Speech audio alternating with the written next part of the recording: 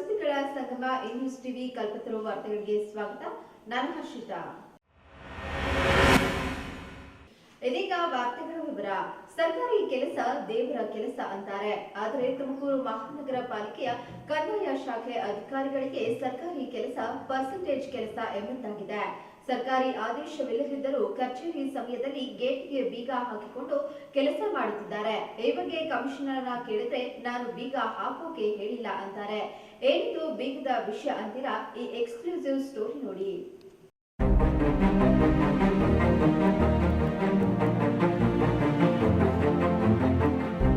ಇದು ತುಮಕೂರಿನ ಮಹಾನಗರ ಪಾಲಿಕೆ ಕಂದಾಯ ಶಾಖೆ. ಕಚೇರಿ ಬಾಗಿಲಲ್ಲಿ ನಿಂತು ಯಾರೇ ಒಳಗಡೆ ತೆಗಿರಿ ಬೀಗ ಹಾಕೋಕೆ ಹೇಳಿದ್ದು ಯಾರು ಎಂದು ಕೇಳುತ್ತಿರುವ ವಿರೋಧ ಪಕ್ಷದ ನಾಯಕ ಕುಮಾರ್. ಈ ದೃಶ್ಯ ಕಂಡು ಬಂದಿದ್ದು ತುಮಕೂರು ಮಹಾನಗರ ಪಾಲಿಕೆಯ ಕಂದಾಯ ಶಾಖೆ ಮುಂಭಾಗ. ಅಂದಾಗೆ ತುಮಕೂರಿನ ಮಹಾನಗರ ಪಾಲಿಕೆ ಕಂದಾಯ ಶಾಖೆಗೆ ಕರ್ತವ್ಯದ ವೇಳೆ ಬೀಗ ಹಾಕಲಾಗಿತ್ತು. ಬೀಗ ತೆಗೆಸಿ ಒಳ ಹೋಗಿ ನೋಡಿದ್ರೆ ನೌಕರರು ಕೆಲಸ ಮಾಡುತ್ತಿದ್ರು. ಕೆಲವು ಪರ್ಸೆಂಟೇಜ್ ಗಿರಾಕಿಗಳು ಒಳಗಿದ್ರು. ಕಚೇರಿಯಲ್ಲಿ ಕೆಲ ನೌಕರರ ಕುರ್ಚಿಗಳು ಖಾಲಿ ಒಡೆಯುತ್ತಿದ್ವು. ಮತ್ತೆ ಕೆಲ ಅಧಿಕಾರಿಗಳು ಪರ್ಸೆಂಟೇಜ್ ಫೈಲ್ಗಳ ವಿಲೇವಾರಿಯಲ್ಲಿ ಬ್ಯುಸಿಯಾಗಿದ್ರು. ಪಾಪದ ಸಾರ್ವಜನಿಕರು ಮಾತ್ರ ಬೀಗ ನೋಡಿಕೊಂಡು ಹೊರಗಡೆ ಕಾಯುತ್ತಿದ್ರು.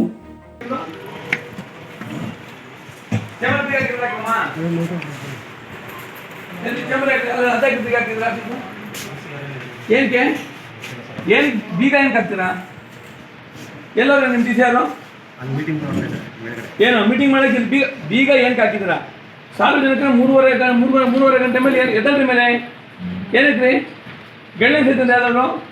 ಇಲ್ಲ ಇಲ್ಲ ಇಲ್ಲ ಮತ್ತೆ ಅವರು ಊರಿಗೆ ಡಿ ಸಿ ಇರ್ತಾರೆ ಸರ್. ಏನಕ್ಕೆ ಅದು ಗೊತ್ತಿಲ್ಲ ಅವ್ರಿಗೆ.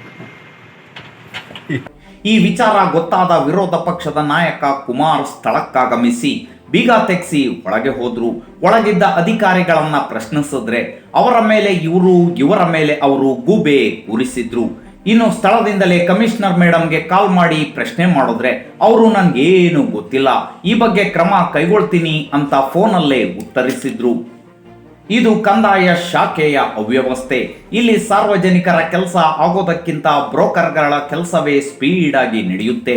ತಪ್ಪು ತಿದ್ದಿಕೊಳ್ಳದೆ ಹೋದ್ರೆ ಉಗ್ರ ಹೋರಾಟ ನಡೆಸೋದಾಗಿ ವಿರೋಧ ಪಕ್ಷದ ನಾಯಕ ಕುಮಾರ್ ಎಚ್ಚರಿಕೆ ನೀಡಿದ್ದಾರೆ.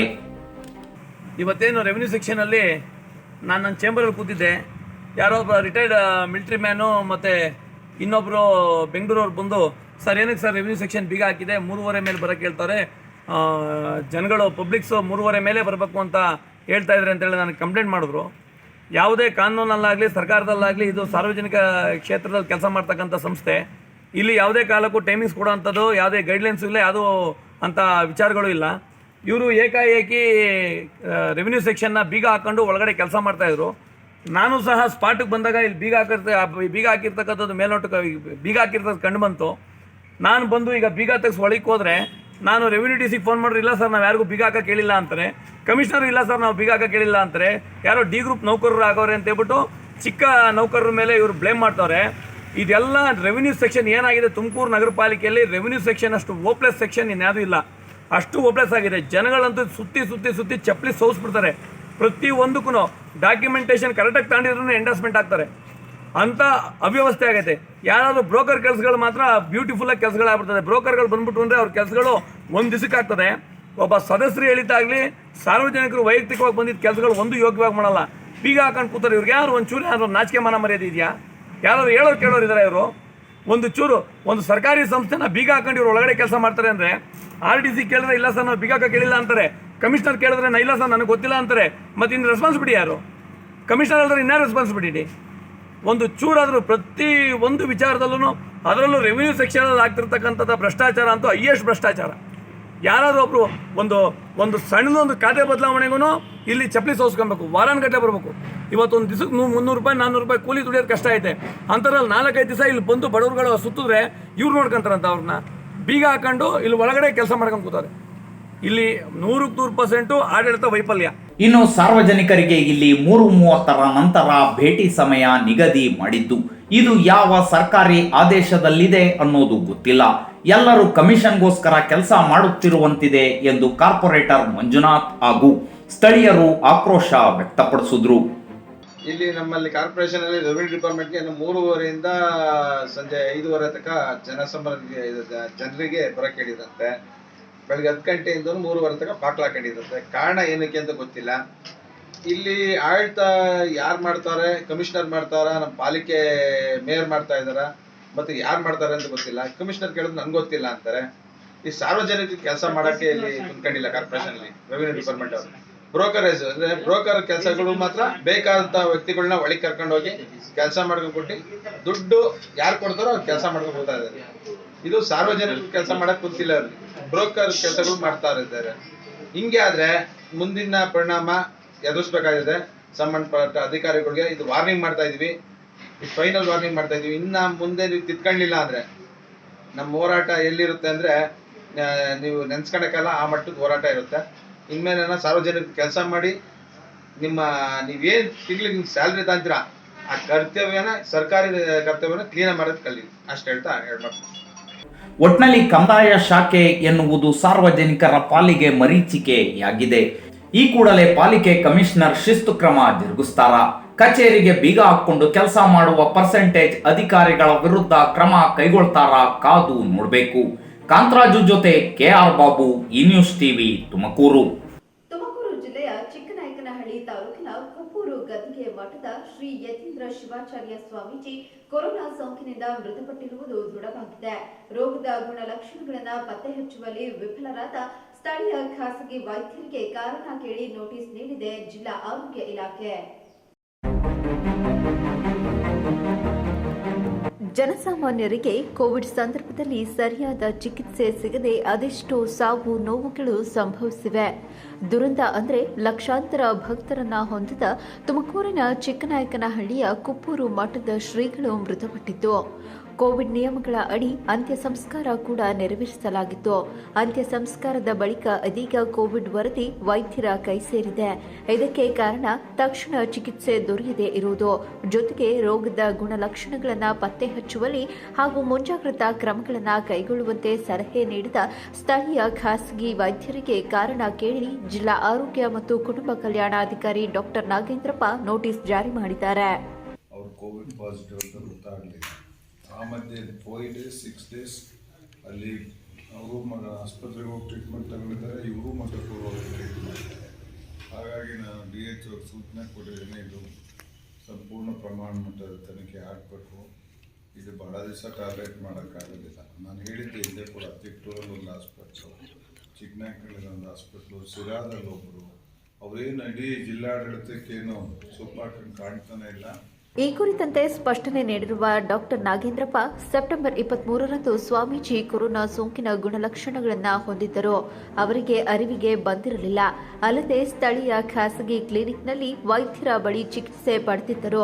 ಆದರೆ ವೈದ್ಯರು ಸಾಮಾನ್ಯ ಜ್ವರ ಎಂಬಂತೆ ಇದನ್ನು ಗಂಭೀರವಾಗಿ ಪರಿಗಣಿಸಲಿಲ್ಲ. ನಂತರ ಸ್ವಾಮೀಜಿ ವಾಪಸ್ ಮಠಕ್ಕೆ ತೆರಳಿ ತಮ್ಮ ಎಂದಿನ ಪೂಜಾ ವಿಧಿವಿಧಾನಗಳಲ್ಲಿ ತೊಡಗಿಸಿಕೊಂಡಿದ್ದರು.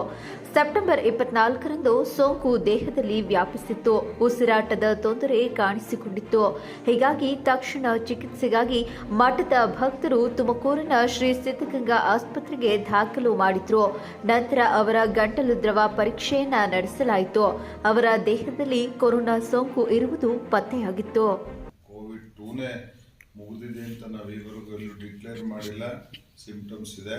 40-45 ಆಜುಬಾಜು ಜಿಲ್ಲೆಯಲ್ಲಿ ಪಾಸಿಟಿವ್ ಕೇಸಸ್ ಬರ್ತಾ ಇದೆ. ದಿವಸ ಹೇಳ್ತಾ ಇದೆ ಮುಗಿದೋಗಿಲ್ಲ ಇದು ಅಂತೇಳಿ. ಟೆಸ್ಟ್ಗಳನ್ನೂ ನಿಲ್ಲಿಸಿಲ್ಲ ನಾವಿನ್ನು. ಈ ಮಧ್ಯೆ ಈ ರೀತಿ ಖಾಸಗಿ ಡಾಕ್ಟರ್ಗಳು ಮಾಡೋದನ್ನು ಸ್ವಲ್ಪ ಸಹಿಸೋದು ನಮಗೆ ಕಷ್ಟ ಆಗುತ್ತೆ. Will initiate action. ನಾವು ಅವ್ರ ಮೇಲೆ ಕ್ರಮ ಜರುಗಿಸ್ಲಿಕ್ಕೆ ಮಾಡ್ತಾ ಇದ್ದೀವಿ. ನೋಡಿ, ಈಗ ಡಾಕ್ಟ್ರ್ ಮನೆಯಲ್ಲಿ, ಅವ್ರ ಫ್ಯಾಮಿಲಿನಲ್ಲಿ, ಸ್ವಾಮೀಜಿ ಮನೆಯಲ್ಲಿ ಪಾಸಿಟಿವ್ ಆಗಿದ್ದಾರೆ. ಅದರರ್ಥ ಅವ್ರ ಬ್ರದರ್ ಹೆಂಡತಿ ಮತ್ತು ಅವ್ರ ಜೊತೆ ಇದ್ದ ಡ್ರೈವ್ ಮಾಡ್ತಿದ್ರು ಇಬ್ಬರು ಪಾಸಿಟಿವ್ ಆಗಿದ್ದಾರೆ. ನಾನು ಅದಾದ ತಕ್ಷಣ ಟೆಸ್ಟ್ ಮಾಡಿದ್ದೆ. ಇನ್ನೂ 2 ದಿವಸ ಬಿಟ್ಟು ಅವ್ರು ಡೆತ್ ಆದ 5ನೇ ದಿವಸಕ್ಕೆ ನಾವು ಟೆಸ್ಟ್ ಮಾಡ್ತೀವಿ. ಎಷ್ಟು ಜನ ಬರ್ತಾರೋ ನಮಗೆ ಗೊತ್ತಿಲ್ಲ. ಸಂಪೂರ್ಣ 0 ಅನ್ನೋ ಚಿಕ್ಕನಾಯಕನಹಳ್ಳಿನ ಮತ್ತೆ ಕೋವಿಡ್ ಸ್ಥಿತಿ ಬರೋಂಥ ಸ್ಥಿತಿ ನಿರ್ಮಾಣ ಆಗಿದೆ. ಅವ್ರಿಗೆ ಅಷ್ಟೊತ್ತಿಗಾಗಲೇ ಅವರ ಲಂಗ್ಸ್ ಸೇರಿ ದೇಹದ ಬಹುತೇಕ ಕಡೆ ಸೋಂಕು ವ್ಯಾಪಿಸಿತ್ತು.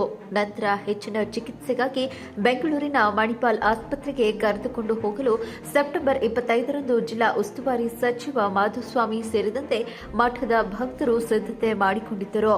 ಅದರಂತೆ ಸೆಪ್ಟೆಂಬರ್ 25ರಂದು ಬೆಳಗ್ಗೆ ಬೆಂಗಳೂರಿಗೆ ಕರೆದುಕೊಂಡು ಹೋಗುವ ಮಾರ್ಗ ಮಧ್ಯೆ ಸ್ವಾಮೀಜಿ ಅಸುನೀಗಿದ್ರು. ಕುಪ್ಪೂರು ಗದ್ಗೆ ಮಠದ ಶ್ರೀ ಯತೀಂದ್ರ ಶಿವಾಚಾರ್ಯ ಸ್ವಾಮೀಜಿಯವರ ದೇಹದಲ್ಲಿ ಕಾಣಿಸಿಕೊಂಡಿದ್ದ ಸೋಂಕಿನ ಕುರಿತು ಸ್ಥಳೀಯ ವೈದ್ಯರು ಪತ್ತೆ ಮಾಡದೇ ಇರುವುದು ಮೇಲ್ನೋಟಕ್ಕೆ ಸಾಬೀತಾಗಿದೆ. ಈ ಕುರಿತಂತೆ ಸ್ಪಷ್ಟನೆ ನೀಡುವಂತೆ ನೋಟಿಸ್ ಜಾರಿ ಮಾಡಲಾಗಿದೆ ಎಂದು ಜಿಲ್ಲಾ ಆರೋಗ್ಯ ಮತ್ತು ಕುಟುಂಬ ಕಲ್ಯಾಣ ಅಧಿಕಾರಿ ಮಾಹಿತಿ ನೀಡಿದ್ದಾರೆ. ಸೆಪ್ಟೆಂಬರ್ 23 ಹಾಗೂ 24ರಂದು ಸ್ವಾಮೀಜಿ ಮಠದಲ್ಲಿ ಕೆಮ್ಮು ಹಾಗೂ ರೋಗದ ಗುಣಲಕ್ಷಣಗಳು ಇದ್ದರೂ ಪೂಜಾ ಕಾರ್ಯಕ್ರಮಗಳಲ್ಲಿ ಭಾಗವಹಿಸಿದ್ದರು. ಸೆಪ್ಟೆಂಬರ್ 23 ಹಾಗೂ 24ರಂದು ಸ್ವಾಮೀಜಿ ಮಠದಲ್ಲಿ ಕೆಮ್ಮು ಹಾಗೂ ರೋಗ ಲಕ್ಷಣಗಳು ಇದ್ದರೂ ಪೂಜಾ ಕಾರ್ಯಕ್ರಮಗಳಲ್ಲಿ ಭಾಗವಹಿಸಿದ್ದರು ಎಂದು ತಿಳಿದುಬಂದಿದೆ. ಸ್ಥಳೀಯ ಖಾಸಗಿ ವೈದ್ಯರು ಕೊಂಚ ಎಚ್ಚರಿಸಿದ್ದರೂ ಶ್ರೀಗಳು ನಮ್ಮನ್ನೆಲ್ಲ ಬಿಟ್ಟು ಹೋಗುತ್ತಿರಲಿಲ್ಲ. ಟಿ ಯೋಗೇಶ್, ಈ ನ್ಯೂಸ್ ಟಿವಿ, ತುಮಕೂರು. ವಿಧಾನ ಪರಿಷತ್ ಚುನಾವಣೆ ಮೇಲೆ ಎಲ್ಲರ ಕಣ್ಣು ನೆಟ್ಟಿದೆ. 2022ರಲ್ಲಿ ನಡೆಯಲಿರುವ ಚುನಾವಣೆಗಾಗಿ ಟಿಕೆಟ್ ಲಾಬಿ ಜೋರಾಗಿದೆ. ಇತ್ತೀಚೆಗೆ ನಾಯಕ ಸಮುದಾಯಕ್ಕೆ ಟಿಕೆಟ್ ಕೊಡುವಂತೆ ಒಕ್ಕಲಿಗರ ಸಮುದಾಯದ ಒಗ್ಗಟ್ಟಿನ ಪ್ರದರ್ಶನವಾಯಿತು. ಇದೀಗ ಎಸ್ಸಿಯ ಎಡಗೈ ಸಮುದಾಯ ತಮಗೆ ಟಿಕೆಟ್ ಕೊಡುವಂತೆ ಒತ್ತಾಯಿಸಿದೆ.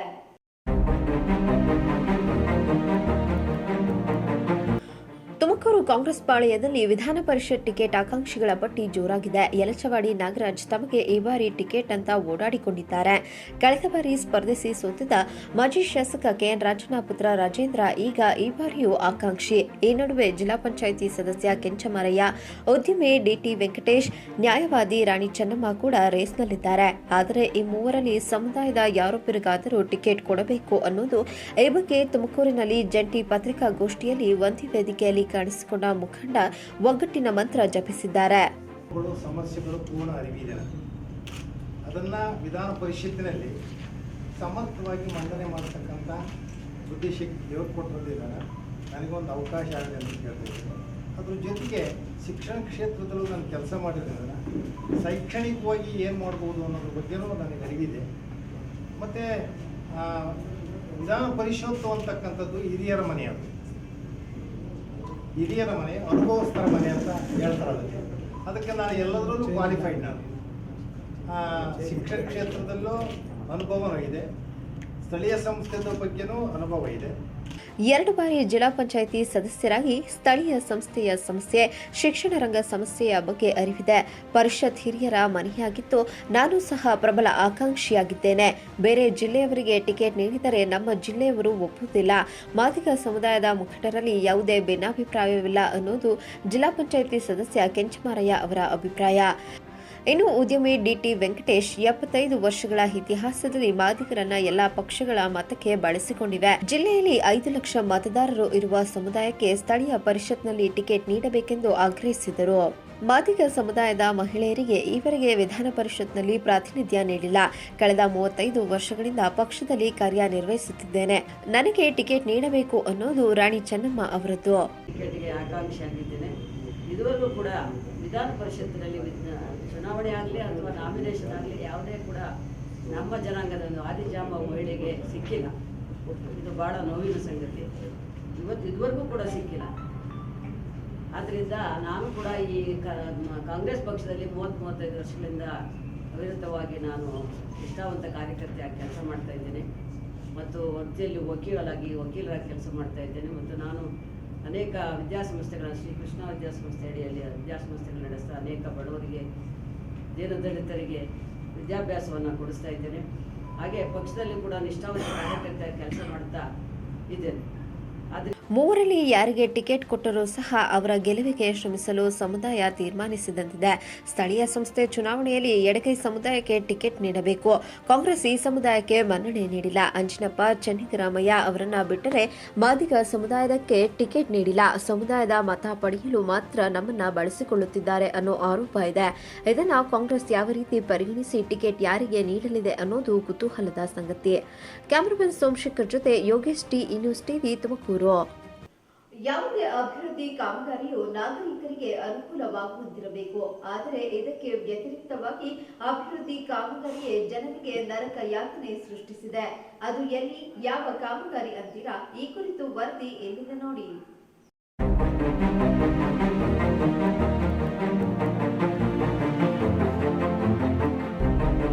ಕೊರಟಗೆರೆ ಪಟ್ಟಣ ಒಂದು ತಾಲೂಕು ಕೇಂದ್ರ, ಆದರೂ ಅಭಿವೃದ್ಧಿಯಲ್ಲಿ ಹಿಂದೆ ಉಳಿದಿದೆ.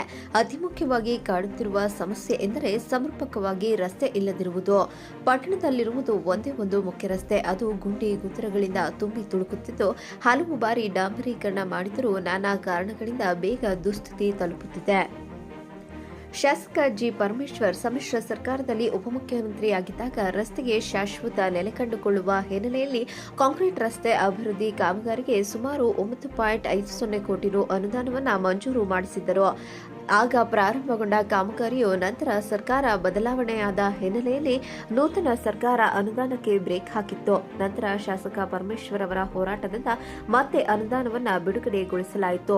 ಮತ್ತೆ ಕಳೆದ 1 ವರ್ಷದ ಹಿಂದೆ ಪುನರಾರಂಭಗೊಂಡಿದ್ದ ಕಾಮಗಾರಿಯು ಆಮೆ ವೇಗದಲ್ಲಿ ಸಾಗುತ್ತಿದೆ. ಇದರಿಂದ ವಾಹನಗಳು ಸಲೀಸಾಗಿ ಸಂಚರಿಸಲು ಸಾಧ್ಯವಾಗುತ್ತಿಲ್ಲ. ಒಂದೇ ಪಥದಲ್ಲಿ ಹೋಗುವ ಮತ್ತು ಬರುವ 2 ವಾಹನಗಳು ಸಂಚರಿಸಬೇಕಾಗಿದೆ. ರಸ್ತೆ ಕಿರಿದಾಗಿರುವುದರಿಂದ ಪ್ರಯಾಣಿಕರು ತ್ರಾಸು ಪಡುವಂತಾಗಿದೆ. ಇದರಿಂದ ಬೇಸತ್ತಿರುವ ನಾಗರಿಕರು ಪಿಡಬ್ಲ್ಯೂಡಿ ಇಲಾಖೆಯ ವಿರುದ್ಧ ಹಿಡಿಶಾಪ ಹಾಕುತ್ತಿದ್ದಾರೆ. ಏನು ಈ ಕೊರಟಗೆರೆಯಲ್ಲಿ ಈ ರಸ್ತೆ ಕಾಮಗಾರಿ ಆಮೆಗತಿಯನ್ನು ಕಂಡುಕೊಂಡಿದೆ. ಇದು ಜನಸಾಮಾನ್ಯರಿಗೆ ತುಂಬಾ ತೊಂದರೆ ಕೊಡ್ತಾ ಇದೆ. ಏನು ಈ ರಸ್ತೆಯನ್ನು 2 ವೇ ಮಾಡಿದ್ದಾರೆ, ಇದು ಭಾಳ ದೊಡ್ಡ ಮಟ್ಟದಲ್ಲಿ ತೊಂದರೆ ಉಂಟು ಮಾಡ್ತಾ ಇದೆ. ಈಗೇನು ಅಂತ ಕೊರಟಗೆರೆ ನಗರದಲ್ಲಿ ಎಲ್ಲ ಈ ವ್ಯಾಪಾರ ವ್ಯವಹಾರ ಎಲ್ಲ ಒಂದೇ ಮುಖ್ಯ ರಸ್ತೆಯಲ್ಲಿ ಆಗೋ ಕಾರಣ ಜನಸಾಮಾನ್ಯರೆಲ್ಲ ಮುಖ್ಯ ರಸ್ತೆಗೆ ಬರಬೇಕಾಗುತ್ತೆ. ಈ ಸಂದರ್ಭದಲ್ಲಿ ರಸ್ತೆ ದಾಟೋದಕ್ಕೆ ಇನ್ನೊಂದು ಮತ್ತೊಂದಕ್ಕೆ ತುಂಬಾ ತೊಂದರೆ ಆಗ್ತಾ ಇದೆ. ಇನ್ನೇನು ನನ್ನ ಗೆಳೆಯ ಒಬ್ಬಂಗೆ ತುಂಬಾ ದೊಡ್ಡ ಮಟ್ಟದಲ್ಲಿ ಆಕ್ಸಿಡೆಂಟ್ ಆಗೋ ಸಂಭವ ಇತ್ತು. ಆಮೇಲೆ ನಾನು ಸ್ವಲ್ಪ ಮಟ್ಟದಲ್ಲೇ ಎಸ್ಕೇಪ್ ಆಗಿದ್ದೀನಿ. ಇದೇ ರೀತಿ ತುಂಬ ಜನ ಫೇಸ್ ಮಾಡ್ತಾ ಇದ್ದಾರೆ. ಆದಷ್ಟು ಬೇಗನೆ ಈ ಒಂದು ಕಾಮಗಾರಿನ ಕ್ಲಿಯರ್ ಮಾಡದೇ ಇದ್ದರೆ ದೊಡ್ಡ ಮಟ್ಟದ ತೊಂದರೆ ಆಗುತ್ತೆ, ಸಾರ್ವಜನಿಕರಿಗೆ ತೊಂದರೆ ಆಗುತ್ತೆ. ಆಮೇಲೆ ಇನ್ನೊಂದು ಇಂಜಿನಿಯರ್ಗಳಿಗೆ ಇದನ್ನು ಎಚ್ಚರಿಸ್ತಾ ಇದ್ದೀವಿ, ಆದಷ್ಟು ಬೇಗನೆ ಇದನ್ನು ಕ್ಲಿಯರ್ ಮಾಡಬೇಕು. ಏನು ಈ ಕೊರಟಗೆರೆ ನಾಗರಿಕರು ಕೇಳಲ್ಲ ಅಂತ ಅಂದ್ಕೊಂಡು ಏನಾದ್ರು ಸುಮ್ಮನೆ ಆಗಿದ್ದಾರಾ ಏನು ಅಂತ? ಕೊರಟಗೆರೆ ಯುವಕರೆಲ್ಲ ಪ್ರಜ್ಞಾವಂತರಿದ್ದಾರೆ, ಎಲ್ಲರೂ ವಿದ್ಯಾರ್ಥಿಗಳಿದ್ದಾರೆ, ಓದ್ಕೊಂಡಿದ್ದಾರೆ, ತುಂಬ ಚೆನ್ನಾಗಿ ತಿಳ್ಕೊಂಡವರಿದ್ದಾರೆ. ಇದ್ರ ಬಗ್ಗೆ ಪ್ರಶ್ನೆ ಮಾಡ್ತಾರೆ, ಇನ್ನು ಕೆಲವೇ ದಿನದಲ್ಲಿ ಪ್ರಶ್ನೆ ಮಾಡ್ತಾರೆ. ಆದಷ್ಟು ಬೇಗನೆ ನೀವು ಈ ಕಾಮಗಾರಿನ ಮುಗಿಸ್ಬೇಕು.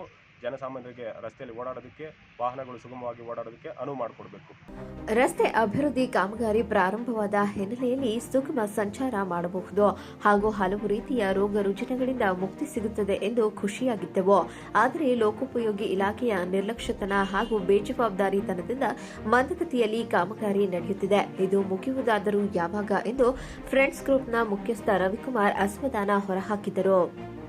ನಮ್ಮ ಕೊರಟಗೆರೆ ಅಭಿವೃದ್ಧಿ ಹಿಂದುಳಿದಂದ್ರೆ ಯಾವ್ದಾರ ಉದಾಹರಣೆ ತಗೊಂಡ್ರೆ ನಮ್ಮ ಕೊರಟಗೆರೆ ತಗೊಂಬೋದು. ಒಂದು ಉದಾಹರಣೆ ಅಂದರೆ ನಮ್ಮದು ಮುಖ್ಯವಾಗಿ ಮೇನ್ ರೋಡು, ಮುಖ್ಯ ರಸ್ತೆ ಇದು.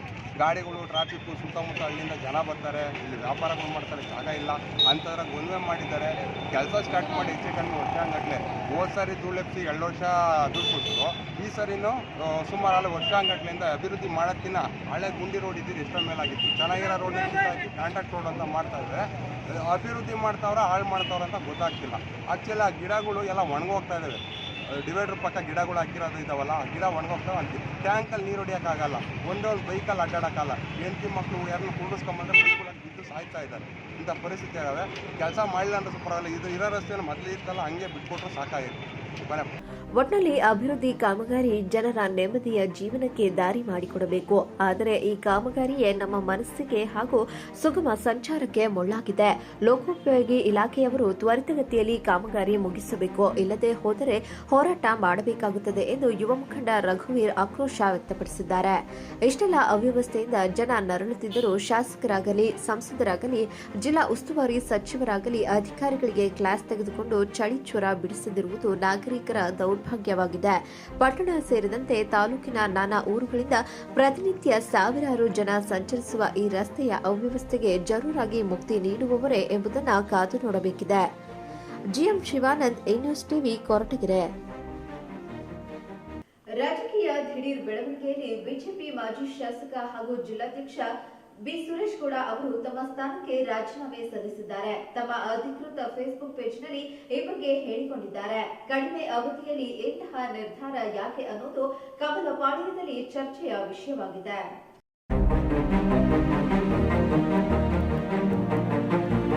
ತುಮಕೂರು ಗ್ರಾಮಾಂತರ ಕ್ಷೇತ್ರ ಜಿದ್ದಾಜಿದ್ದಿನ ರಾಜಕೀಯ ಕಣ. ಕಳೆದ ರಾತ್ರಿ ದಿಢೀರ್ ರಾಜೀನಾಮೆ ಘೋಷಣೆ ಮಾಡಿಕೊಂಡಿದ್ದಾರೆ ಬಿಜೆಪಿ ಮಾಜಿ ಶಾಸಕ ಸುರೇಶ್ ಗೌಡ. 1 ವರ್ಷ 3 ತಿಂಗಳು 2ನೇ ಬಾರಿ ಅಧಿಕಾರ ನಡೆಸಿದ್ರೆ ಮೊದಲ ಬಾರಿ ಅವಧಿ ಪೂರ್ಣಗೊಳಿಸಿದರು. ಜಿಲ್ಲಾಧ್ಯಕ್ಷರಾದ ಬಳಿಕ ತುಮಕೂರು ಗ್ರಾಮಾಂತರ ಕ್ಷೇತ್ರದ ಜನರನ್ನ ಸರಿಯಾಗಿ ಗಮನಿಸಲು ಆಗ್ತಾ ಇಲ್ಲ ಎಂದಿದ್ದಾರೆ. ಸುರೇಶ್ ಗೌಡ ರಾಜೀನಾಮೆ ಹಲವು ಅಚ್ಚರಿಗೆ ಕಾರಣ ಎದುರಾಗಿದೆ. ಬಿಜೆಪಿ ಜಿಲ್ಲಾಧ್ಯಕ್ಷ ಸ್ಥಾನಕ್ಕೆ ರಾಜೀನಾಮೆ ಜಿಲ್ಲೆಯ ಜನರ ಸಹಕಾರಕ್ಕೆ ಧನ್ಯವಾದ ಹೇಳಿದ್ದಾರೆ.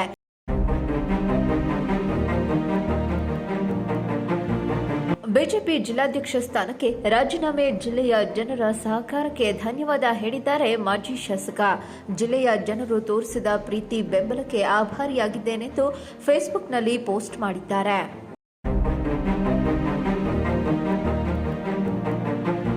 ಇನ್ನು ಈ ಬಗ್ಗೆ ಪ್ರತಿಕ್ರಿಯೆ ನೀಡಿರುವ ಜಿಲ್ಲಾ ಉಸ್ತುವಾರಿ ಸಚಿವ ಜೆಸಿ ಮಾಧುಸ್ವಾಮಿ, ನನಗೆ ಸುರೇಶ್ ಗೌಡರು ರಾಜೀನಾಮೆ ಕೊಟ್ಟಿರೋದು ಗೊತ್ತಿಲ್ಲ. ಪಕ್ಷದ ವರಿಷ್ಠರಿಗೆ ಬಿಟ್ಟಿದ್ದು. ಪಕ್ಷದಲ್ಲಿ ಏನು ತೀರ್ಮಾನ ತೆಗೆದುಕೊಳ್ತಾರೆ, ಎಲ್ಲರೂ ಪಕ್ಷದ ತೀರ್ಮಾನಕ್ಕೆ ಅನುಯಾಯಿಗಳಾಗಿ ಹೋಗಬೇಕು. ಯಡಿಯೂರಪ್ಪ ಅವರ ಪರ ಮಾತನಾಡೋರನ್ನ ಕಟೀಲ್ ಟಾರ್ಗೆಟ್ ವಿಚಾರ ಗಮನ ಸೆಳೆದಿದೆ. ನಾವೆಲ್ಲ ಯಡಿಯೂರಪ್ಪ ಅವರ ಸಹಪಾಠಿಗಳು, ನಮಗೇನು ಅನಿಸಿಲ್ಲ. ಸುರೇಶ್ ಗೌಡ ಅವರಿಗೆ ಎಲ್ಲ ಸಹಕಾರವನ್ನ ಕೊಟ್ಟಿದ್ದೇವೆ. ಅವರು ಕರೆಯುವ ಮೀಟಿಂಗ್ ಎಲ್ಲದರಲ್ಲೂ ಮಾತನಾಡಿದ್ದೇನೆ. ಪಾರ್ಟಿ ವ್ಯವಹಾರಕ್ಕೂ ಉಸ್ತುವಾರಿಗೂ ಸಂಬಂಧವಿಲ್ಲ. ಪಾರ್ಟಿ ತೆಗೆದುಕೊಂಡಿರುವ ಹೆಸರಲ್ಲಿ ಸೂಚಿಸಿ ಅಂದ್ರೆ ಕೂತು ಮಾತನಾಡಿದ್ದೇವೆ. ನಾನು ಸುರೇಶ್ ಗೌಡರ ವಿರುದ್ಧ ಯಾವುದೇ ಆರೋಪವನ್ನ ಮಾಡಿಲ್ಲ. ನಮ್ಮ ಕಡೆಯಿಂದ ಆಗುವ ಸಹಕಾರವನ್ನ ಕೊಡುತ್ತೇನೆ. ಸುರೇಶ್ ಗೌಡರು ಕಾಂಗ್ರೆಸ್ಗೆ ಹೋಗುವ ತೀರ್ಮಾನ ತಗೋತಾರೆ ಎಂದು ನನಗೆ ಅನಿಸಿಲ್ಲ. ಸಣ್ಣ ಪುಟ್ಟ ಗೊಂದಲಗಳು ಇದ್ರೆ ಸೆಟ್ಲ್ ಮಾಡ್ಕೊಂತಾರೆ ಎಂದಿದ್ದಾರೆ. ಈಗ ನನಗೆ ಗೊತ್ತಿಲ್ಲ ಸುರೇಶ್ ಗೌಡರು ರಾಜೀನಾಮೆ ಕೊಟ್ಟಿರೋದು ಅಥವಾ ಪಕ್ಷದವ್ರು ಕೊಡು ಅಂತ ಹೇಳಿರೋದು ನೀವು ಹೇಳಿದ ಮೇಲೆ ಗಮನಕ್ಕೆ ಬಂದಿದೆ. ಇದು ಪಕ್ಷದ ವರಿಷ್ಠರಿಗೆ ಬಿಟ್ಟಿದ್ದು. ಪಕ್ಷದಲ್ಲಿ ಏನು ತೀರ್ಮಾನ ತಗೋತಾರೆ ನಾವು ಅದಕ್ಕೆ ಅನುಯಾಯಿಗಳಾಗಿ ಹೋಗ್ತೀವಪ್ಪ. ನಾವೇನು ಮಾಡೋಕ್ಕಾಗಲ್ಲ. ಯಡಿಯೂರಪ್ಪನವ್ರ ಸಹಪಾಠಿಗಳಿಗೆ ಏನಾದರೂ ಬ್ರೇಕ್ ಹಾಕುವಂಥ ಕೆಲಸ ಆಗ್ತದೆ. ನಾವೆಲ್ಲ ಸಹಪಾಠಿಗಳಪ್ಪ, ನಮಗೆಲ್ಲ ಏನು ಅನಿಸಿಲ್ಲ. ಸಹಪಾಠಿಗಳಂದರೆ ಸುರೇಶ್ ಗೌಡ್ರೆ ಆ ಥರ ಹೇಳಿದ್ದಾರೆ. ಸುರೇಶ್ ಗೌಡ್ರೆ ಅವ್ರ ಪರವಾಗಿ ಮಾತಾಡಿದ್ದಕ್ಕೋಸ್ಕರ ನನಗೆ ರಾಜೀನಾಮೆ ಕೊಡೋಕ್ಕೆ ನನಗೆ ಗೊತ್ತಿಲ್ಲ. ಬಟ್ ನಮಗೆಲ್ಲ ಏನಂತ ವಾತಾವರಣ ಸೃಷ್ಟಿ ಆಗಿಲ್ಲ. ನಾವು ಕ್ಯಾಬಿನೆಟ್ ಆಗಿದ್ದೀವಿ. ನಾವೆಲ್ಲ ಯಡಿಯೂರಪ್ಪನವ್ರ ಕಡೆಯಿಂದನೇ ಕ್ಯಾಬಿನೆಟ್ ಮಿನಿಸ್ಟರ್ ಆದವರು. ನಮಗೇನು ಪಕ್ಷ ಹಂಗೇನು ಯಾವ ವಿಷಯದಲ್ಲೂ ಬೇರ್ಪಡೆ ಮಾಡೋದು, ಭಿನ್ನ ಮಾಡಿ ನಮ್ಮನ್ನೆಂದು ಟ್ರೀಟ್ ಮಾಡಿಲ್ಲ. ಈವರೆಗಂತೂ ನಮಗೇನಂತದ್ದು ಆ ಭಾವನೆ ಬಂದಿಲ್ಲ. ನಾವು ಫ್ರೀಯಾಗಿ ಕೆಲಸ ಮಾಡ್ತಾ ಇದ್ದೀವಿ. ಮತ್ತೊಂದು ಮೂಲದ ಪ್ರಕಾರ ನೂತನ ಸರ್ಕಾರದಲ್ಲಿ ಯಡಿಯೂರಪ್ಪ ಅವರ ಆಪ್ತರನ್ನ ಟಾರ್ಗೆಟ್ ಮಾಡಲಾಗಿದೆ ಎನ್ನಲಾಗಿದೆ. ಮಾಜಿ ಶಾಸಕ ಸುರೇಶ್ ಗೌಡ ರಾಜೀನಾಮೆ ವಿಚಾರ ಕಾಂಗ್ರೆಸ್ ಸೇರ್ಪಡೆ ಆಗಲಿದ್ದಾರೆ ಅನ್ನೋ ಸುದ್ದಿ ರೆಕ್ಕೆ ಪುಕ್ಕ ಸೇರಿಕೊಂಡಿವೆ. ಈವರೆಗೂ ಮಾಧ್ಯಮಗಳ ಮುಂದೆ ಗೌಡರು ಯಾವುದೇ ಸ್ಪಷ್ಟನೆಯನ್ನು ನೀಡಿಲ್ಲ. ದಿಢೀರ್ ಬೆಳವಣಿಗೆ ಜಿಲ್ಲಾ ಬಿಜೆಪಿಯಲ್ಲಿ ಕೊಂಚ ಇರುಸುಮುರುಸು ಎದುರಾಗಿದೆ. ಪಕ್ಷದ ರಾಜ್ಯ ಹೈಕಮಾಂಡ್ ಅದ್ಯಾವ ತೀರ್ಮಾನ ತೆಗೆದುಕೊಳ್ಳಲಿದೆ ನೋಡಬೇಕು. ಟಿ ಯೋಗೇಶ್, ಈ ನ್ಯೂಸ್ ಟಿವಿ, ತುಮಕೂರು. ವೈದ್ಯರು ನಮ್ಮ ಆರೋಗ್ಯವನ್ನ ಪರೀಕ್ಷಿಸುತ್ತಾರೆ, ಆದರೆ ಪೌರ ಕಾರ್ಮಿಕರು ವೈದ್ಯರ ಬಳಿ ಹೋಗುವುದನ್ನ ತಡೆಯುವ ನಿಜವಾದ ವೈದ್ಯರೆಂದು ಪ್ರಾಥಮಿಕ ಮತ್ತು ಪ್ರೌಢಶಿಕ್ಷಣ ಹಾಗೂ ಸಕಾಲ ಸಚಿವ ಬಿಸಿ ನಾಗೇಶ್ ತಿಪಟೂರಿನಲ್ಲಿ ಪೌರ ಕಾರ್ಮಿಕರ ದಿನಾಚರಣೆಯಲ್ಲಿ ಭಾಗವಹಿಸಿ ತಿಳಿಸಿದರು.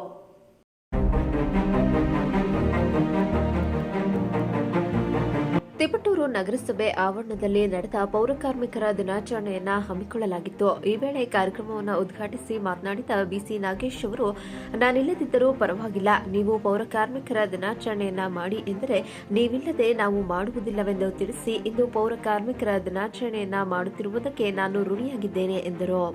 ಇಂದು ಪೌರ ಕಾರ್ಮಿಕರೆಂದರೆ ಕಸವನ್ನ ತೆಗೆಯುವವರಲ್ಲ, ಅವರು ಸ್ವಚ್ಛತಾ ಸೇನಾನಿಗಳು ಹಾಗೂ ತೆಗೆದುಕೊಳ್ಳುವ ಅಲ್ಪ ಸಂಬಳಕ್ಕೆ ದುಡಿಯುವ ಶ್ರಮಿಕರು. ಕೊರೋನಾ ಸಂದರ್ಭದಲ್ಲಿ ಅವರ ಸೇವೆಯನ್ನ ನಾವು ಕಡೆಗಣಿಸುವ ಹಾಗೆಯೇ ಇಲ್ಲ. ಊರೆಲ್ಲ ಮನೆಯಲ್ಲಿದ್ದ ಸಂದರ್ಭದಲ್ಲಿ ಪೌರ ಕಾರ್ಮಿಕರು ಕೊರೋನಾ ಸೇನಾನಿಗಳಾಗಿ ಹೋರಾಡಿದ್ದಾರೆ ಎಂದು ಬಿಸಿ ನಾಗೇಶ್ ಕಾರ್ಮಿಕರನ್ನ ವೈದ್ಯರಿಗೆ ಹೋಲಿಸಿದರು. ಬೆಳಗ್ಗೆ 4:15ಗೆ ಎದ್ದು ಬಂದು 5 ಗಂಟೆ ಅಷ್ಟೊತ್ತಿಗೆ ಡ್ಯೂಟಿ ಶುರು ಮಾಡಿ ನಗರದ ಎಲ್ಲ ಕಸವನ್ನು ತೆಗೆದು ನಗರವನ್ನು ಸುಂದರವಾಗಿ ಮಾಡಿ ನಗರದ ನಾಗರಿಕರು ಕಣ್ಬಿಟ್ಕೊಂಡು ಕಣ್ಣು ಉಜ್ಜಿಕೊಂಡು ಆಚೆ ಬರುವಷ್ಟರಲ್ಲಿ ತಮ್ಮ ಎಲ್ಲ ಕೆಲಸವನ್ನು ಮಾಡುವಂಥ ನಿಮ್ಮ ಶ್ರಮಗಳ ನೆನಪಿಗೋಸ್ಕರ ಈ ಕಾರ್ಯಕ್ರಮವನ್ನು ಮಾಡ್ತಾರೆ.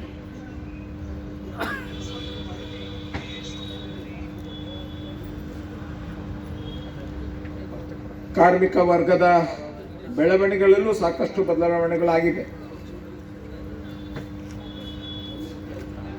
ಒಂದು ಕಾಲದಲ್ಲಿ ಮನುಷ್ಯತ್ವನೇ ಇಲ್ಲದೇ ಇರುವಂಥ ಕೆಲಸಗಳನ್ನ ಸಹಿತ ಮಾಡಿಸ್ತಿದ್ದಂಥ ವ್ಯವಸ್ಥೆಗಳು ಸಹಿತ ಈ ಸಮಾಜದಲ್ಲಿ ಇತ್ತು. ಆದರೆ ಇವತ್ತು ಗೌರವವಾಗಿ ಅವ್ರನ್ನ ನಡೆಸ್ಕೊಳ್ಳುವಂಥ ವ್ಯವಸ್ಥೆಗಳು ನಿಧಾನಕ್ಕೆ ಬರ್ತಾ ಇರುವಂಥದ್ದನ್ನು ನಾವು ನೋಡ್ತಾ ಇದ್ದೀವಿ. ವೆಂಕಟೇಶ್ ಅಯ್ಯನವರು ಇಲ್ಲಿ ಕಮಿಷನರ್ ಆದಾಗ ಒಂದಷ್ಟು ಹೊಸ ಪ್ರಯತ್ನಗಳನ್ನ ಸಹಿತ ಇಲ್ಲಿ ಮಾಡುವಂಥ ಪ್ರಯತ್ನಗಳು ಮಾಡಿದ್ದೇವೆ.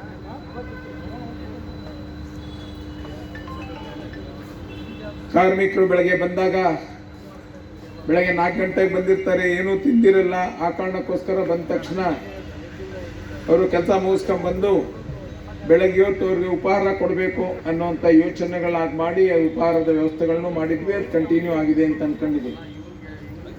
ಈ ಸಂದರ್ಭದಲ್ಲಿ ಪೌರ ಕಾರ್ಮಿಕರು ನಮಗೆ ಪಿಎಫ್ ಹಣ ಸರಿಯಾಗಿ ದೊರೆಯುತ್ತಿಲ್ಲ ಹಾಗೂ ಸುಮಾರು ಲಕ್ಷ ರೂಪಾಯಿಗಳು ಬಾಕಿ ಬರುವುದಿದೆ ಎಂದು ಪೌರ ಕಾರ್ಮಿಕ ರಾಜಶೇಖರಯ್ಯ ತಿಳಿಸಿದರು.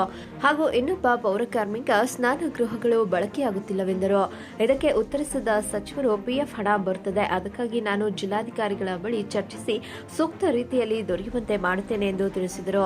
ಶೌಚತೆಯನ್ನು ಕಾಪಾಡಕ್ಕೆ ನೀವು ಅಸ್ವಚ್ಛತೆ ಆಗ್ತೀರಾ ಅನ್ನೋ ಕಾರಣಕ್ಕೋಸ್ಕರ ಸ್ನಾನದ ಮನೆಗಳ ವ್ಯವಸ್ಥೆ ಮಾಡಿ ಬಿಸಿನೀರಿನ ಸ್ನಾನಗಳು ಮಾಡಬೇಕು ಅನ್ನೋದಕ್ಕೆ ಅವತ್ತಿನ ಸ್ನಾನದ ಮನೆಗಳನ್ನು ಸಹಿತ ನಾವು ಮಾಡಿದ್ವಿ.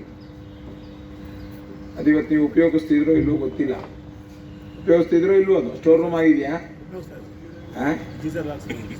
ಗೀಸರ್ ಹಾಕ್ಸಿದ್ರ ಉಪಯೋಗಿಸ್ತಿದ್ರ ಅಂತ ನಂಗೆ. ಒಟ್ನಲ್ಲಿ ಪೌರ ಕಾರ್ಮಿಕರ ದಿನಾಚರಣೆಯಂದು ಪೌರ ಕಾರ್ಮಿಕರಿಗೆ ಪಿಎಫ್ ಹಣ ಕೊಡಿಸುವ ಭರವಸೆಯನ್ನ ನೀಡಿದ ಶಿಕ್ಷಣ ಸಚಿವರು ಆ ಭರವಸೆಯನ್ನ ಕಾರ್ಯರೂಪಕ್ಕೆ ತರ್ತಾರಾ ಅನ್ನೋದನ್ನ ಕಾದು ನೋಡಬೇಕಿದೆ.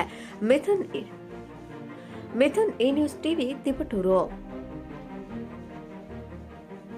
ದೇಶದ ಅಭಿವೃದ್ಧಿಯ ಬಗ್ಗೆ ಚಿಂತನೆ ಯೋಚನೆ ಮಾಡುವ ಪಕ್ಷ ಅಂತ ಇದ್ದರೆ ಅದು ಬಿಜೆಪಿ ಪಕ್ಷ ಮಾತ್ರ ಎಂದು ರಾಜ್ಯ ಬಿಜೆಪಿ ಯುವ ಮೋರ್ಚಾ ಅಧ್ಯಕ್ಷ ಡಾಕ್ಟರ್ ಸಂದೀಪ್ ತಿಳಿಸಿದರು. ಗುಬ್ಬಿ ಪಟ್ಟಣದ ಬಿಜೆಪಿ ಕಚೇರಿಯಲ್ಲಿ ಪ್ರಧಾನಿ ನರೇಂದ್ರ ಮೋದಿಯವರ ಹುಟ್ಟುಹಬ್ಬದ ಹಿನ್ನೆಲೆ ವಿಶೇಷ ಚೇತನರಿಗೆ ಆಹಾರ ಕಿಟ್ಗಳನ್ನು ವಿತರಿಸಲಾಯಿತು. ಈ ಸಂದರ್ಭದಲ್ಲಿ ರಾಜ್ಯ ಬಿಜೆಪಿ ಯುವ ಮೋರ್ಚಾ ಅಧ್ಯಕ್ಷ ಸಂದೀಪ್ ಮಾತನಾಡಿ, ಯುವಕರು ಈ ದೇಶದ ಶಕ್ತಿ ಎಂಬುದನ್ನು ಎಲ್ಲರೂ ಅರ್ಥ ಮಾಡಿಕೊಳ್ಳಬೇಕಾಗಿದೆ. ನಾಡು, ನುಡಿ, ಸಂಸ್ಕೃತಿ, ಸಂಸ್ಕಾರ, ದೇಶದ ಅಭಿವೃದ್ಧಿಯ ಬಗ್ಗೆ ಚಿಂತನೆಯನ್ನು ಮಾಡುವಂತಹ ಯೋಚನೆಯನ್ನ ಪ್ರತಿಯೊಬ್ಬರು ಮಾಡಬೇಕಾಗಿದೆ. ಪಕ್ಷದ ಸಂಘಟನೆಯ ವಿಚಾರದಲ್ಲಿ ಎಲ್ಲರೂ ಒಗ್ಗೂಡಿ ಕೆಲಸ ಮಾಡಬೇಕೆಂದರು. ಒಬ್ಬ ಸಾಮಾನ್ಯ ಕಾರ್ಯಕರ್ತ ಚಹಾ ಮಾರೋನ್ನ ಈ ದೇಶದ ಪ್ರಧಾನಿ ಮಾಡ್ತಾರೆ ಅಂದ್ರೆ ಅದು ಬಿಜೆಪಿ ಮಾತ್ರ ಸಾಧ್ಯ. ಬೇರೆ ಪಕ್ಷಗಳಲ್ಲಿ ಯುವ ಘಟಕದ ರಾಜ್ಯಾಧ್ಯಕ್ಷರು ಯಾರಾಗಿರ್ತಾರೆ, ಅವರ ಪೂರ್ವ ಹಿನ್ನೆಲೆಯನ್ನು ನೀವು ಗಮನಿಸೋದಾದ್ರೆ ಆ ಪಕ್ಷದ ತಂದೆ ಮುಖ್ಯಮಂತ್ರಿ ಆಗಿರ್ತಾರೆ, ತಾತ ಪ್ರಧಾನಿಗಳಾಗಿರ್ತಾರೆ, ಅವರು ಒಂದು ಪಕ್ಷಕ್ಕೆ ಯುವ ಘಟಕದ ರಾಜ್ಯಾಧ್ಯಕ್ಷರಾಗಿರ್ತಾರೆ. ಇನ್ನೊಂದು ಕಾಂಗ್ರೆಸ್, ಸುಮಾರು 100 ವರ್ಷ ಇತಿಹಾಸ ಇರುವ ಕಾಂಗ್ರೆಸ್ ಪಕ್ಷಕ್ಕೆ ಎಂಥ ದುಸ್ಥಿತಿ ಅಂತಂದ್ರೆ ಒಬ್ಬ ಯುವ ನಾಯಕನನ್ನ ನೇಮಕ ಮಾಡೋದ್ರಲ್ಲೂ ಇಡುತ್ತೆ ಇದೆ. ಗೊಂದಲಮಯ, ಭ್ರಷ್ಟಾಚಾರಕ್ಕೆ ಮತ್ತೊಂದು ಹೆಸರು. ಅವ್ರು ಸರ್ಕಾರ ಮಾಡೋದಲ್ಲ, ಅವ್ರ ಪಕ್ಷದಲ್ಲೂ ಇದೆ ಅನ್ನೋದಕ್ಕೆ ಯುವ ಕಾಂಗ್ರೆಸ್ ಚುನಾವಣೆ ನಾವು ನೋಡ್ಬೋದು. ಗುಬ್ಬಿಯಲ್ಲಿ ವಿಶೇಷ ಚೇತನರಿಗೆ ಆರ್ಥಿಕವಾಗಿ ಹಿಂದುಳಿದವರಿಗೆ ಆಹಾರದ ಕಿಟ್ಗಳನ್ನು ನೀಡುವ ಮೂಲಕ ಅವರ ಹುಟ್ಟುಹಬ್ಬವನ್ನು ಆಚರಣೆ ಮಾಡುತ್ತಿರುವುದು ಬಹಳ ವಿಶೇಷವಾಗಿತ್ತು. ಗುಬ್ಬಿಯ ಯುವ ಮೋರ್ಚಾ ಅಧ್ಯಕ್ಷ ಭರತ್ ಮಾತನಾಡಿ, ಯುವ ಮೋರ್ಚಾದ ಅಡಿಯಲ್ಲಿ ಪ್ರಧಾನಿ ನರೇಂದ್ರ ಮೋದಿ ಅವರ ಹುಟ್ಟುಹಬ್ಬವನ್ನು ಬಹಳ ವಿಶೇಷವಾಗಿ ಆಚರಣೆ ಮಾಡಲಾಗುತ್ತಿದೆ ಎಂದರು. ಗುಬ್ಬಿ ಮಂಡಳ ಅಧ್ಯಕ್ಷ ಪಂಚಾಕ್ಷರಿ ಮಾತನಾಡಿ, ಬಿಜೆಪಿ ಪಕ್ಷದಲ್ಲಿ ಹಲವು ರೀತಿಯ ವಿಭಾಗಗಳನ್ನು ಮಾಡಿದ್ದು ಅದರಲ್ಲಿ ಬಹಳ ಮುಖ್ಯವಾಗಿ ಯುವಕರನ್ನ ಸ್ಫೂರ್ತಿಗೊಳಿಸುವ ಸಂಘಟನೆ ಮಾಡುವಂತಹ ಕೆಲಸವಾಗುತ್ತಿದೆ ಎಂದರು. ಎಲ್ಲ ಮಂಡಲದ ಪದಾಧಿಕಾರಿಗಳ ಮೇಲೆ ಇದೆ. ಅದೇ ಸಂದರ್ಭದಲ್ಲಿ ಯುವ ಮೋರ್ಚಾ ಒಂದು ಒಳ್ಳೆಯ ಕಾರ್ಯಕ್ರಮವನ್ನು ಗುಬ್ಬಿ ಮಂಡಲದಲ್ಲಿ ಮಾಡಿದ್ವಿ. ನಾವ್ಯಾರು ಕಲ್ಪನೆ ಕೊಟ್ಟಿರಲಿಲ್ಲ ಪೇರೆಂಟ್ ಬಾಡಿಯಿಂದ. ಮೊನ್ನೆ ಕಾರ್ಯಕ್ರಮದಲ್ಲಿ ಮೊದಲನೇ ಬಾರಿಗೆ ಫುಡ್ ಕಿಟ್ ಅನ್ನು ವಿತರಣೆ ಮಾಡಿದ್ದು ಯುವ ಮೋರ್ಚಾ ಕಾರ್ಯಕ್ರಮ. ಯಾಕೆ ವಿತರಣೆ ಮಾಡಿದ್ರೂ ವಿಶೇಷ ಇದೆ. ಕೊಟ್ಟಿದ್ದು ಯಾರೋ ಬಡವರು ಅಂತ ಕಾಮನ್ ಆಗಿ ಗುರುತಿಸಲಿಲ್ಲ. ಸಿಂಗಲ್ ಪೇರೆಂಟ್ ಇರ್ತಕ್ಕಂಥದ್ದು, ಮಕ್ಕಳಿಲ್ಲದೆ ಇರೋ ಕುಟುಂಬಗಳಿಗೆ ತಿನಿಸಿ ಕಿಟ್ಟನ್ನು ವಿತರಣೆ ಮಾಡಿರ್ತಕ್ಕಂಥದ್ದು ತುಂಬ ಶ್ಲಾಘನೀಯವಾದಂಥ ವಿಚಾರ. ನೆನ್ನೆನೂ ಕೇಳಿದ್ರು ಅದೇ ಕಾರ್ಯಕ್ರಮ ಮಾಡ್ತೀವಿ ಅಂತೇಳಿ. ತುಂಬ ಚೆನ್ನಾಗಿದೆ. ಯಾರು ಆಶ್ರಯ ಇಲ್ಲದೆ ಇರೋರಿಗೆ ಸಹಾಯ ಮಾಡಬೇಕು ಅನ್ನೋವಂಥದ್ದನ್ನ ದೀನ್ ದಯಾಳರು ನಮಗೆ ಕೊಟ್ಟಿದ್ದಾರೆ. ಆ ಕಲ್ಪನೆಯನ್ನು ಇಟ್ಕೊಂಡು ನೀವು ಕೆಲಸ ಮಾಡ್ತಿದ್ದೀರಿ. ನಿಮ್ಮ ಕೆಲಸದ ಜೊತೆಗೆ ನಿಮ್ಮೆಲ್ಲರಿಗೂ ವಿನಂತಿ ಮಾಡ್ಕೊಳ್ಳೋದಿಷ್ಟೇ, ವೈಚಾರಿಕ ಬದ್ಧತೆಯನ್ನು ನಾವು ತಂದ್ಕೋಬೇಕು. ಈ ದೇಶ ಕಾರ್ಯಕ್ರಮದಲ್ಲಿ ರಾಜ್ಯ ಯುವ ಮೋರ್ಚಾ ಪ್ರಧಾನ ಕಾರ್ಯದರ್ಶಿ ಮಲ್ಲಿಕಾರ್ಜುನ ಬಾಳೆಕಾಯಿ ಸೇರಿದಂತೆ ಬಿಜೆಪಿ ಕಾರ್ಯಕರ್ತರು ಭಾಗವಹಿಸಿದ್ದರು. ಪ್ರಸನ್ನ ದೊಡ್ಡಗುಣಿ, ಈ ನ್ಯೂಸ್ ಟಿವಿ, ಗುಬ್ಬಿ. ಇದಾಗಿತ್ತು ಈ ದಿನದ ಸುದ್ದಿ. ನೈಜ ಸುದ್ದಿಗಾಗಿ ನೋಡ್ತಾ ಇರಿ ಈ ನ್ಯೂಸ್ ಟಿವಿ.